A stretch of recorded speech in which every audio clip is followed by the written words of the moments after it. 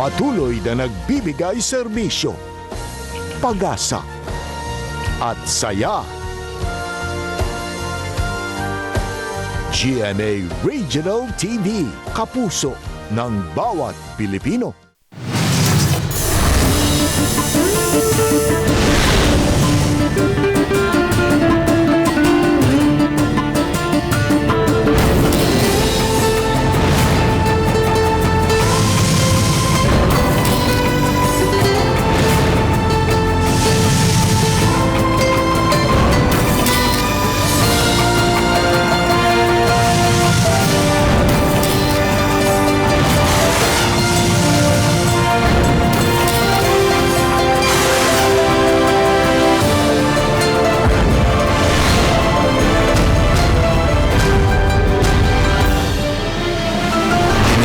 GMA Regional TV, Balitang Bisdak.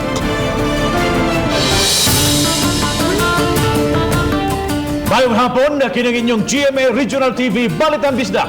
Ang bugtong kasaligan, kasandigan o karangpan sa mga Bisaya. Ako si Bobby Nalsaro. Nga maghatod sa labing dako ug mga nagunang balita nga mahinungdanon sa Central ug Eastern Visayas. Ako si Alan Domingo. Ako si Cecil Kibod Castro, live si GMA Complex sa Dakbayan sa Sugbo. Balik GCQ na ang Talisay City. Apan matod sa mayor, dili gihapon mo kumpiyansa. Health protocols sundon. Operation sa Cordova Municipal Health Office suspendido kay dunay nurse positibo sa COVID-19. Medical technologies nga ni serbisyo sa Strategic Rapid Testing sa Mandaue City naningil na sa sweldo. Police nga team leader sa quarantine checkpoint nga padung mo duty patay sa aksidente. Magbuyuan nga nangugkumugba sa tunnel, namatay human, nahulpa ang yuta. PLE teacher nag-imbento og automatic sanitation o hand washing facilities alang sa eskwelahan.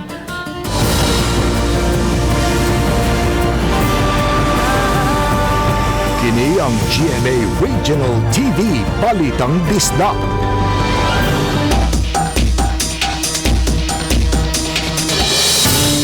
Gipaubos na sa General Community Quarantine ang Dakbayan sa Talisay, sugod karong adlaw. Apan matod sa mayor, pabilin gihapon ang higpit nga pagpatuman sa mga guidelines. Kini aron kalikayan ang pagsaka sa mga kaso sa COVID-19. Si Lian Singkulan sa report. GCQ nga murag MECQ. Kini ang termino nga gitawag ni Mayor Samsam Gulyas bisan og gipaubos na sa General Community Quarantine sugod karong adlaw ang Dakbayan sa Talisay. Sa miaging semana, ang Dakbayan lang ang bugtong gipabalik sa MECQ sa tanang syudad sa tibok nasod ug maoy gikahibudgan sa mayor. Akong giina ng kapulisan ug ang army na station diri pag MECQ that ang ato ang protocols especially sa guidelines na i-follow sa EO regarding quarantine passes, regarding social distancing, magpabilin gyud mo nang nihangyo gyud ko sa kadagkuan sa kapulisan na ibilin gini ato ang mga tropa diri na naa karon sa Talisay. Apan bisan kung GCQ na ang syudad, wa kini magpasabot nga moubos na ang pagsaka sa kaso sa COVID-19. Hinungdan nga higpit gihapon ang pagpatuman sa mga guidelines o safety measures aron kalikayan ang pagkuyanap sa maong sakit. Gani ang pagpaubos sa syudad sa GCQ, wala usab nagpasabot nga panahon na aron maglaag-laag, dili pagdala og quarantine pass ug pagbuhat sa mga butang nga dili esensyal. Gipanglantawan nga mamaayo ang resulta niini sa umaabot nga mga semana o buwan kung ipadayon ang higpit nga pagpatuman sa mga safety measures. GCQ is really for the economy, for people to get to work and for transportation to be there for people to get to work. But as far as leisure is concerned, kana magsuroy-suroy, kanang mulakaw na walay Q-pass, na mulakaw na walay essential na buhaton, na paliton, we will be strict with that and ato ang mga men in uniform know that already. Samtang sa among pagtuyok-tuyok sa Dakbayan, daghang mga sakyan na ang nanggawas, maong nasinati ang pagbugat sa trapiko sa pipila ka kadalanan. Matud usab sa hepe sa Talisay City Police nga dili random inspection ang ilang ipatuman sa mga quarantine control checkpoint. Since in VCQ, we have made sure that all vehicles coming in are checked. So it's not random. So all vehicles coming in are checked. Uban na rin natin Quiñones, Dian Singkulan, Balitang Bisdak. Operasyon sa Municipal Health Office sa lungsod sa Cordova, temporaryong gisuspenso human nagpositibo ang usa sa ilang mga nurse. Samtang naka-lockdown usab ang fire station sa maong lungsod. Si Luan Mirondina sa report. Gikonpermar ni Dr. Efren Dico Jr., Municipal Health Officer sa Cordova, nga usa sa ilang mga nurse ang nagpositibo sa COVID-19. Usa siya ka 27 anyos nga babay nga taga Barangay San Miguel, kinsa na-assign sa decontamination team. Ang naasoy nurse naka-isolate na ug karong adlaw gikatakdang ipaubos sa swab test ang tanang mga personnel sa Municipal Health Office. Subay niini suspendido karon ang operasyon sa Municipal Health Office. Gani inyo makita, naka-standby lang ang duha ka mga ambulansya samtang nagpaabot pa nga mapaubos sa swab test ang tanan nila mga personnel ug mogawas ang resulta. Samtang naka-lockdown usab karon ang Cordova Fire Station human unom sa ilang mga personnel nagpositibo usab sa COVID-19. Gipahimutang na sila karon sa isolation facility sa lungsod samtang ang uban nila mga kauban ipaubos usab sa COVID test. Dili sila kagawas. Kumbaga mo take call sila unya mo relay lang sila sa information ngadto sa Lapu-Lapu. Kay kung naay i-respond ang Lapu-Lapu maoy mo respond. All of them are symptomatic sa time nga giswab na mo. At sa muang monitoring right now is all of them are ilang mga symptoms resolving na. So maski to nag-resolving ilang mga ipamati, continue gyapon na mong monitoring and possible nga iswab na mo sila balik po. Gihatagan na og food assistance sa lungsod ang mga kabanay sa mga COVID-positive patients samtang gipaubos pa sila sa home quarantine. Sa pagkakaroon, aduna nay 28 ka mga COVID-19 case sa Cordova ug duha niini ang naka-recover na. Uban ni Godfrey Relien, Luan Mirondina, Balitang Bisdak.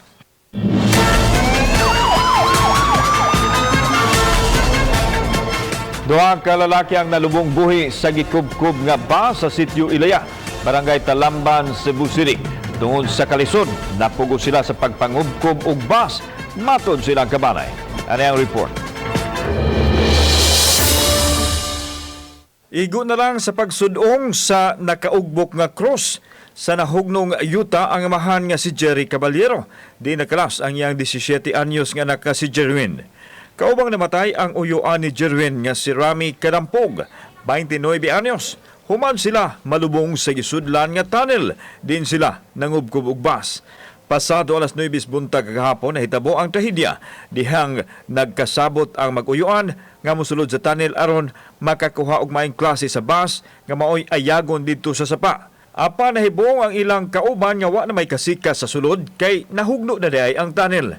Gisuwayan pa og mano-mano sa pag-ugkat ang duruha apan wa madala hinungdan nga migamit og heavy equipment ang mga rescuers aron makuha ang mga biktima. Dagdagan ko rin, pagdagan ko, kitawag ko, Jerwin, ang anak, Jerwin, Rami, wa lang ko tayo, sa pagti ko, wa naman ang sa ilaw, nasirada naman.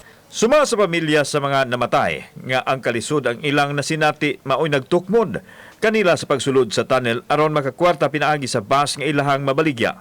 Ang duruhan hunong sa trabaho gumikan sa krisis nga nasinati karon. Mayang istorya ko niya sa tinira pa mo ito. Na ako nilang pugson na pupungan. Ya, kamo nila bahala sa mga nagdawa pugos na di ko para makakaon akong pamilya. Kamong anak. Mo din yang gisulti. Kungas lagbas kay ang uyon sa ni sa taong way trabaho ba. Way trabaho ngin ko dong asa mo magbas dong. Ngin siya anak sa papa ko ni mo ning basa lang ikuan. Kaya mo pag no-sod ang langob, delikado kayo ang langob kay nahumkan ra ba? Kaya kanil langob ida ang yun. Ang dami basa na sila, dito sila nanguhag basa. Huwag ko kayo hibaw, no-sod sila dito. Ang katunay ito po sa sitio Ilaya, siguro magpatawag ko emergency nga session nga buhat lang yun na mong resolusyon nga illegal naman ginapagkuha sa sapa. Ang katunay hitabo adto mga 15 meters pa man gikan sa sapa hantod atong area nga ilang gibuhatan og tunnel. Dinhi nahitabo ang trahedya diin duha ka kinabuhi ang nakalas na tabunan kagahapong adlaw. Katarungan nila nga napugo sila sa pagpanginabuhi sa pagpangubkob ug bus gumikan usab sa kalisdanan nga ilahang nasinati mugna sa krisis nga atong giatubang karon. Kauban si Marlon Milgaso, ako si Alan Domingo. Balitang Bisdak. Patay ang usa ka pulis kinsa nagdali nga maka-duty sa quarantine checkpoint sa Barangay Pitos. Human madisgrasya sa dan samtang nagmaneho sa iyang motorsiklo kaganihang buntag. Ang report ni Femery Dumabo. Nibanaw ang dugo dinhi sa kilid sa daan sa sitio Tigbao, Barangay Talamban, syudad sa Sugbo. Samtang gitabang kining nagkadugo ang ulo ug naka-uniforme pa nga pulis. Nasuta nga amang pulis mao si Police Staff Sergeant Alex Cubelo, 33 anyos, taga Barangay Guadalupe, ug kasamtangang na-assign sa Talamban Police Station. Mato di Police Major Joventaneo, ang hepe sa Station 8, nga team leader sa control point sa Pitos Consolacion Boundary si Cubelo. Gikan silang briefing si Cubelo ug pabalik na unta siyang post sa dihang na-shot ang ligid sa iyang motor sa libaong ug naugbok ang iyang ulo sa konkretong dan. May part diha nga daan ma'am nga kanang yuta ma'am julong-long. Ang part nga naagian niya ma'am is julong tong yuta. Pag may pagkalibaong ma'am ba pero niya ang iyang motor nga XR ma'am taas man ni dito na slide pag slide ma'am. Nauna ang iyang ulo pagka unfortunate nga kuan na pangitabo nga aksidente ma'am. Dali pa unta ang gidala sa tambalanan si Cubelo, apan nakabsan gid kini sa iyang kinabuhi. Gilagway si Cubelo sa kaubanang mga pulis nga seryoso ug kugihan sa panerbisyo. Trabaho, pamilya niini ug diha sa iyang religious life ang focus niini. Giandam na ang tabang alang sa nabiling pamilya ni Cubelo. Niitambag ni Taneo sa iyang mga kaubanan. Aside sa safety against aning crisis karon, di sa kalimtan ang ato ang regular safety sa ating sa daan. Ang majority diya sa ato mga personnel is magmotor. Uban ni Cleofer Lumayag, ako si Femery Dumabok. Balitang Bisdak. Nalingil na sa ilang bayad o sweldo ang mga medical technologists nga may serbisyo atol strategic rapid testing gagihimo sa Metro Series. Kadagkuan sa Mandawi may pasalig nga marilis na ang budget alang kanila. Adunay live report si Nico Serino. Nico?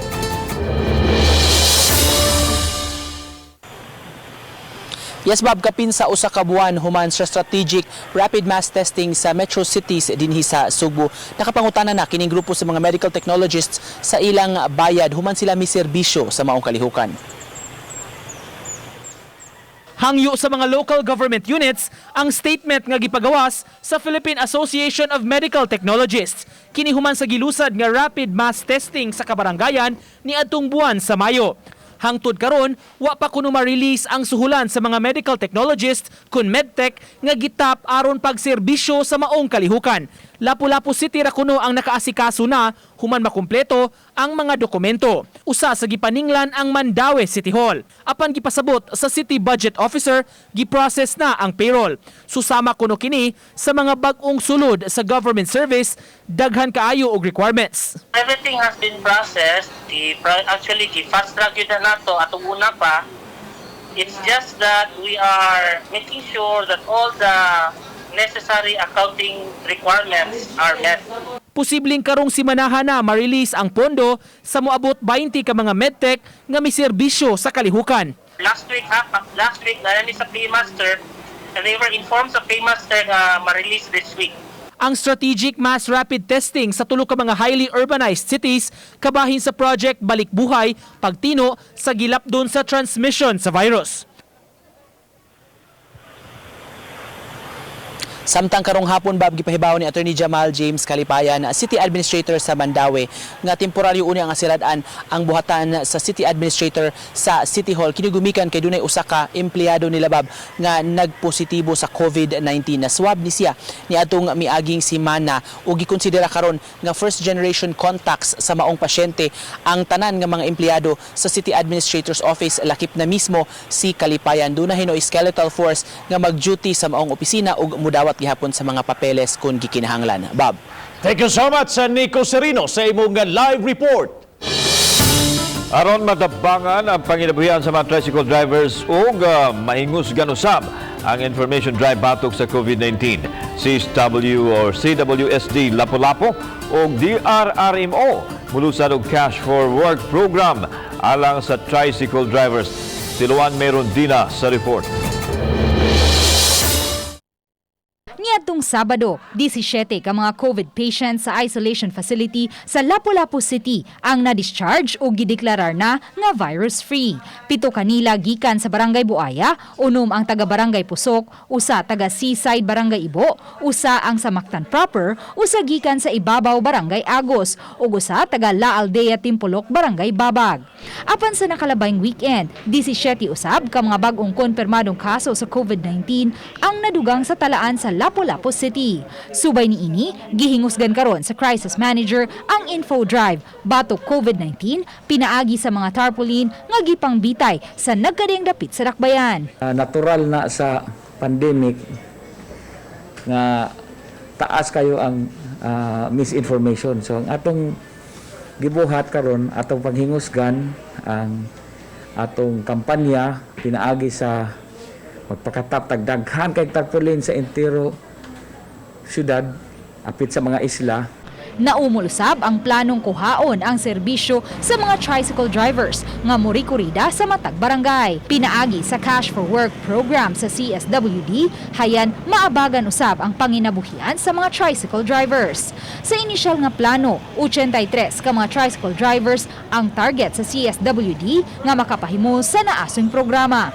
Ang mga tricycle driver, no, mag suroy-suroy sa entero barangay, ilang barangay, bayaran sila. Nya ang kuan suroy-suroy na nay trumpa. Atong pilion katong mga tricycle nga nanay mga speakers daan, sound system or sana murag ka ng speakers daan or baffles daan sa ilang mga tricycle kay para ang atong info drive ba kay sila magoy makasud sa mga barangay nga gagmay og mga daan. We were thinking sa usa ka barangay natay i-hire nga mga tricycles, mga 3 to 4 tricycles nga magtuyok-tuyok. Uban ni Godfrey Relien, Luon Merondina, Balitang Besda. Miabot na sa 27 ang gidaghanon sa mga nagpositibo sa COVID-19 sa Bohol. Kinihuman nagpositibo ang siyam ka mga locally stranded individuals nga mipauli sa maong probinsya. Duha ang taga Kandihay, duha taga Talibon, duha taga Luon, duha nga taga Tubigon ug usa ang taga Inabanga ang nagpositibo sa PCR test. Mato ni Bohol Provincial Governor Arthur Yap, mga stranded sila gikan dinhi sa Cebu. Kasamtangan silang gi-isolate sa mga quarantine facilities sa ilang kalungsuran.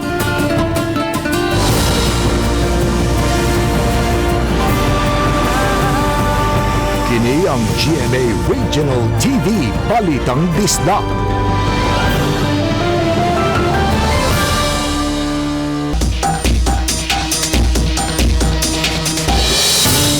Disinuebe ka mga pulis sa Dakbayan sa Sugbo ang nagmadamposon na pagpildi sa coronavirus disease nga mitakboy kanila. Hingpit na sila naka-recover o girilis na ganay gikan sa isolation facility kanimutang sa bukidang barangay ning Dakbayan Sugbo na isama sa ka-graduation ng ilang pagtapos sa 14-day quarantine period. Apan gikinahanglan gihapon nga paligunon nila ang ilang panglawas. Gikatakda sila mubalik sa serbisyo karong Hunyo 30. Dasaran aduna nay tulo ka mga pulis sa Cebu City Police Office ang nakalas gumikan sa COVID-19. Apan ang usa ni gikinahanglan pang i-revalidate sa Health Department. 17 ka mga bagong kaso sa COVID-19 ang natala sa Dakbayan sa Talisay kagahapon. Sub-usab nga contact tracing ang gihimo sa kagamhanan sa syudad. Si Lian Singkulan sa report.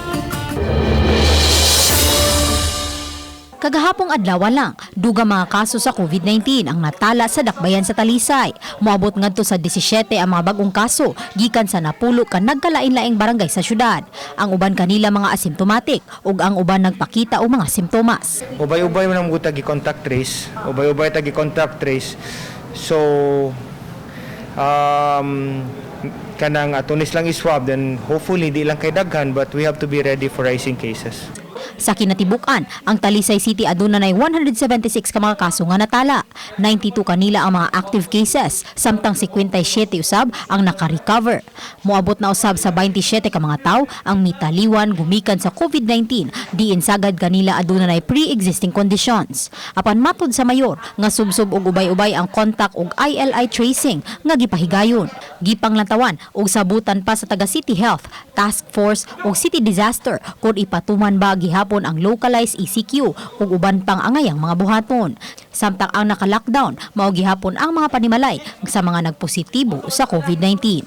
That's what we're looking at with the disaster team, the City Health and the Task Force. Kung unsa gyangay buhaton, but wala na cases ni gawas from Tangke if I remember. Uban ni Renate Quiñones, Lian Singkulan, Balitang Bista.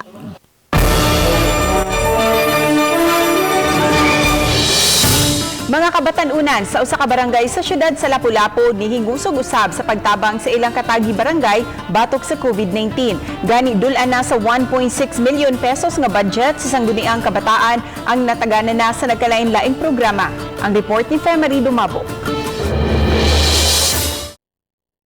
Sama sa mga senior citizens, laki pa mga batan-on nga nagedad og 21 anyos pa ubos ang gidid-an nga makagawas-gawas ning panahona kay vulnerable sa sakit dala sa COVID-19.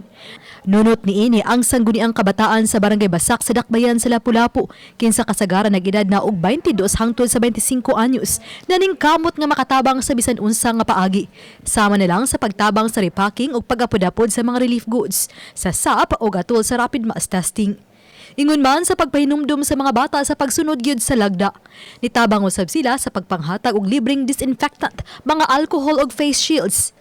Aron dili matintala mga batan-on nga mugawas ug mahimong produktibo ang kanunay nga pagatubang sa social media. Nagadi ang online contest kalabot sa pagpasabot kun unsa ang COVID-19. Epekto ug paglikay niini ang gihimo silang SK nga gisalmutan sa daghang mga batan-on. Ang makadaog ana ma'am is tigaan na mo og price og mga disinfectant kits in which may lang makatabang-tabang po sa atong mga kabatan-onan para po ma-involve or divert ang ilang attention sa pagka-stress sa ato ang nagasaka nga kaso. Dula na sa 1.6 milyones pesos sa ilang budget ang nagasto diha sa pagtabang. Aron mahimo pa nga manungdanon ang kanunay nga pag-online sa mga batan-on. Usa ka group chat ang gihimo sa SK alang kanila, alang silang info drive ug pagpangamustahay. Gisigas nag-remind kung unsay mga pamalaod or mga orders nato, ordinances nato. Dako sad kayong tabang atong mga kabatan-onan ma'am sa karon nga COVID-19 in which nagbayanihan jud tabang. Bisag ani arami sa balay pero wag gid mi nila no nakaligtaan. Ang sangguniang kabataan sa Basak maoy representante sa Lapu-Lapu City sa National Search for Outstanding SK Response on COVID-19 Video Contest. Ang mga SK officials giisip usab nga mga frontliners. Uban ni Cleofer Lumayag, ako si Femari Dumabok ug kini ang akong special report. Tulo ka pulis sa Mandaue City o galaing tulo ka mga dinakpan nagpositibo sa COVID-19. Resulta kini sa swab test nga gihimo sa usa ka police station na ang gi-lockdown na karong bago lang. Ang report ni Nico Serino. Hunyo 11, gipaubos og lockdown ang Tibok Police Station 5 sa Mandaue sa Barangay Upaw. Gihimo kini human dunay usa ka PUPC o person under police custody nga nagpositibo sa COVID-19. Ang maong dinakpan padung naunta mo piyansa o gi-swab test subay sa protocol. Giimplementar ang lockdown aron makontrolar kung ugaling mokatap ang sakit. So ang mga naka-lockdown that time is 7 ka PNP, 2 ka striker, and then 15 ka persons under police custody kani gitawag nato nga mga piniriso. Sa resulta sa swab test sa maong istasyonan, laing duha pa ka mga dinakpan ang nagpositibo sa COVID-19. Nakumit na hinuon sila paingon sa Mandaue City Jail. Ang usa anak kay mo kuan man siya mo piyansahay man, so motong naa sa City Central niya ang duha kay na kuan commitment order. Okay. So sa gunson ang ato ang pagkuan nato pagpa-conduct og swabbing. Samtang tulo ka mga pulis sab ang nagpositibo. Usa kanila desk officer. Gipahibaw sa kadagkuan sa MCPO, gibalhin na hinuon sila sa quarantine facility sa Central School aron maatiman. Maayo sab ang kondisyon sa maong mga pulis. Naa sa ato ang isolation area diri sa City Central. Separate ato silang mga rooms. Separate silang mga rooms dito. Ang maong mga pulis ang labing una gikan sa Mandaue City Police Office nga natalang nagpositibo sa COVID-19.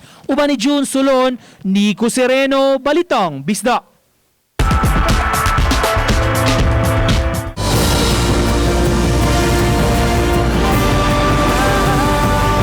Kini ang GMA Regional TV Balitang Bisda.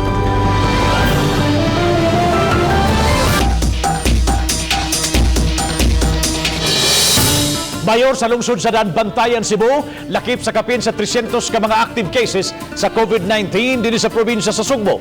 Sa post sa Facebook page sa Municipality of Bantayan, isip opisyal nga gipamahayag ni Mayor San Simura kagahapon nga nigawas ang resulta sa swab test ug nagpositibo siya sa COVID-19. Saysay ni Mayor San Simura nga sa Hunyo 15 nagpa-rapid test siya kaya nakasinati siya og pagdanggas sa negatibo ang resulta sa maong rapid test. Katambayayong pa siya o nakatambong pa siya sa meeting sa mga mayor di as Kapitolyo ni adtong June 18. Pagkaugma niya na nakasinati usab siya og hilanat ingon man ubo. Wa na siya kabalik nga to siyang lungsod sa Bantayan. Nagpakonsulta siya og doktor og ni adtong Sabado ni paubo siya og laing swab test na ni Mando Dayo ng Mayor alang sa overall disinfection sa ilang lungsod o sa munisipyo o pagsuspenso una sud sa kasimana sa tanang mga operations sa Mayor's Office. Gihimo dayon ang contact tracing. Labi pa itong mga mayor nga naka-contact ni Mayor Sansan sa pagtambong niya sa Kapitolyo. Ang report sa pagkakaroon nga nadawat sa GMA Balitang Bisdak naka-confine na sa usa ka private hospital si Mayor San Simura.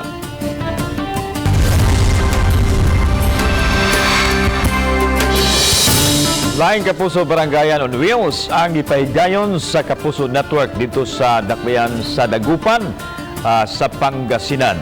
Ano ang report ni Chelo Valiena. Isa'y pasalamat sa GMA Network sa pagsaulog sa ika-70 katuig nga anibersaryo. Subling mipahigayon ang GMA Regional TV ug Kapuso Barangayan on Wheels sa Dagupan City. Kapin 100 families sa Barangay Bunuan, Giset ang nahatagan og regalo. Lakip sa mga gasa ang mensahe sa kalig-on sa matag kapuso nga karon nakasinati sa pandemya.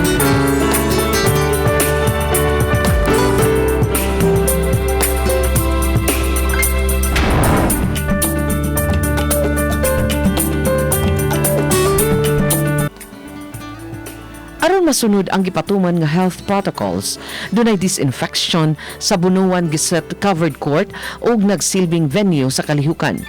Ang mga kawani sa GMA Regional TV nagsulob og personal protective equipment, nagpatuman sa social distancing, naghatag og face mask sa mga residente, sawa pa sila miagi sa thermal scanning aron makasulod. Lakip sa nakadawat og gasa ang avid fan sa GMA Regional TV Balitang Amianan nga si Manang Virginia. 8 ka buok ang iyang anak ug pangisda lang ang panginabuhi sa iyang bana. Sobrang nakakatulong po para may pangrahos ang isang araw po, may pagkain ng mga anak ko. Nagpapasalamat po kami sa mga biyayang ipinagkakaloob nila sa mga constituent namin. At sana po tuloy-tuloy po sana ang pagbigay ng mga goods para doon sa mga least fortunate na mga tao. Padayon ang among baruganan ug panaad nga kinasingkasing nga magsilbi alang sa mga Pilipino. Chelo Valiena, Balitang Bisdak. Ang mga Pinoy di gayud mahutdan sa pagkamamugnaon, ilabi na karon nga panahon sa pandemya. Sama na lang niining giimbento nga automatic sanitation and hand washing alang sa mga eskwelahan. Si Temari Dumabok sa report. Water, sabon, up to water, gas and dryer. Kini ang touchless hand washing facility sa Oslob National High School sa bagatang bahin sa probinsya sa Sugbo. Wa na gyud rason ang si bisan kinsa nga mosud sa tunghaan nga dili una makapanghinaw kaya ang duha gyud ka entrance sa eskwelahan ang gibutangan niini. Mismo ang ilang TLE teacher Marlon Serna tinabangan sa ubang magtutudlo ang nimugna niini. Andam gyud atong eskwelahan.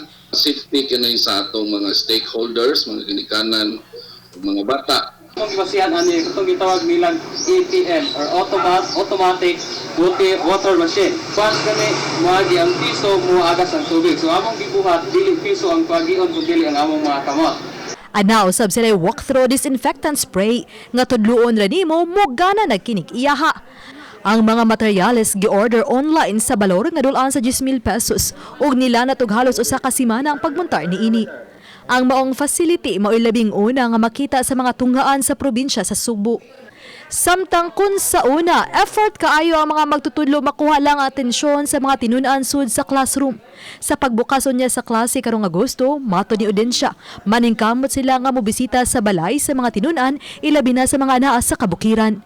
Gali kay lisod sa uban ng online enrollment, sila na ang nipada sa mga drop-box sa matag barangay ug purok, aron mas dali sa mga gidikanan o guardian ang pagsumiti sa enrollment og survey form.